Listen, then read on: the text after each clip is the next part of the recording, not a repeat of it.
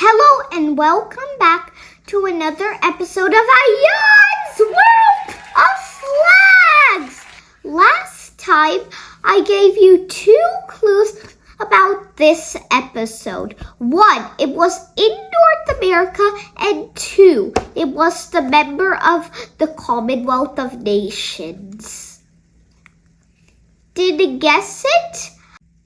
3rd clue.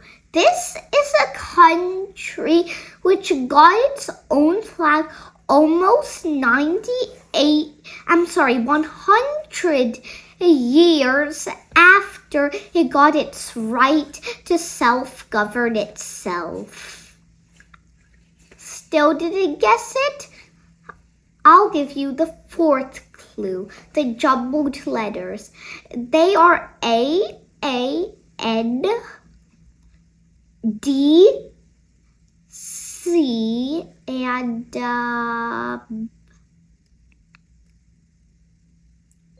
A. Still didn't guess it? Now I'm going to show you the flag. Today we are going to be learning about Canada!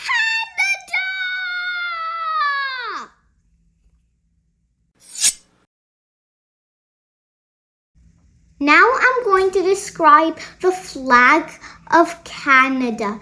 It is a 2-to-1 proportion with 2 red stripes at each end, a white square in the middle, and a maple leaf in the center of the flag. The maple leaf is one of the most recognized symbols of Canada, and it represents courage during the First World War, and it has 11 points on it. It also represents Canadian identity and is on the coat of arms of Canada and the flag of the Canadian Armed Forces. Red and white are the national colors of Canada, and red represents prosperity and hope. White represents peace, neutrality, and the snow in winter in Canada. Now I'm going to draw the Canadian flag.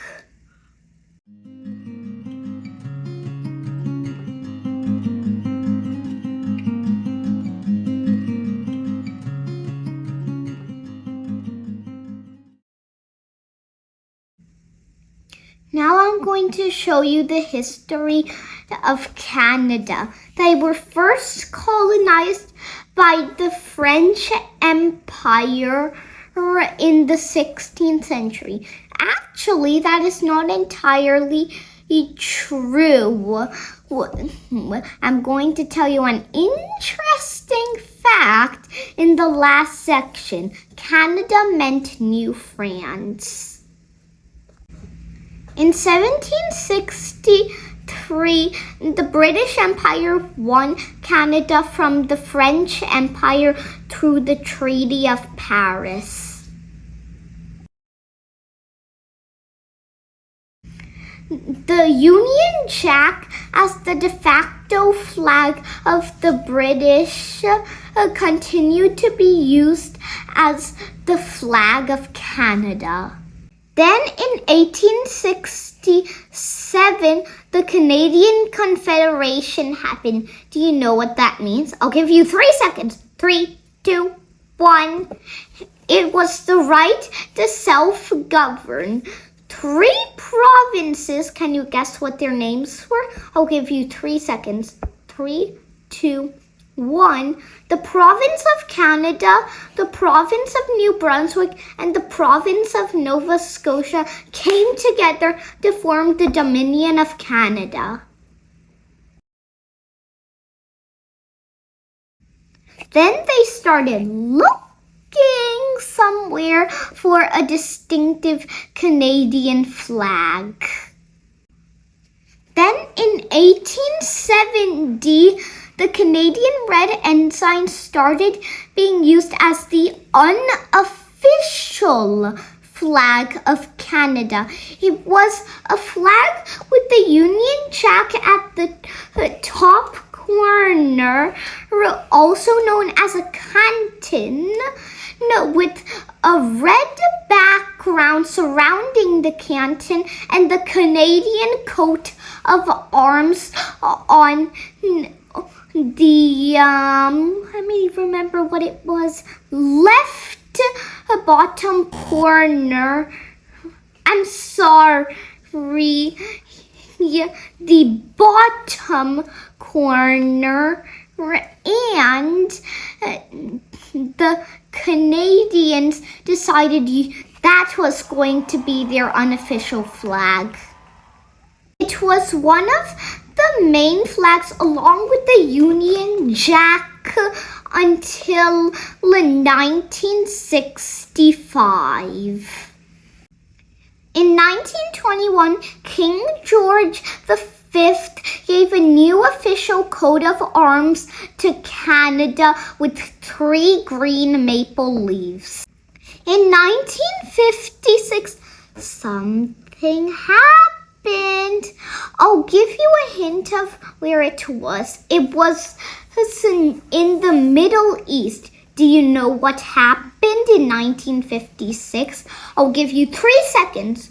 3, 2, 1. The Suez Crisis came, and Egypt complained to Canada that the Canadian peacekeeping forces flag was too similar to the British flag who was invading Egypt, so the Canadians tried to look for a distinctive flag. When Egypt took control of the Suez Canal and blocked Israeli ships from entering it, Israel declared war on Egypt, and France and Britain also declared war on Egypt. So Canada started looking for a flag that was unmistakably and distinctively Canadian. Because, well, you don't want your flag to look a lot like any other country's flag, so they started looking for one that wouldn't make confusion with any other country's flag. In 1964 in Canada, the Great Flag Debate happened in Canada. Lots of designs looked like this one, this one, this one, and this one. And finally, they chose the current national flag of Canada. Canada adopted its current national flag on February the 15th of 1965, which, by the way, is their flag day after a royal proclamation by Queen Elizabeth II happened. And do you know why it happened? Because Canada was still officially a part of the Empire of Great Britain.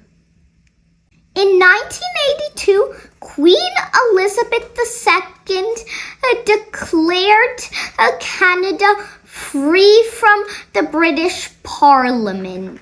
And the maple leaf flag, which is the nickname for the current Canadian flag, was officially the flag of Canada.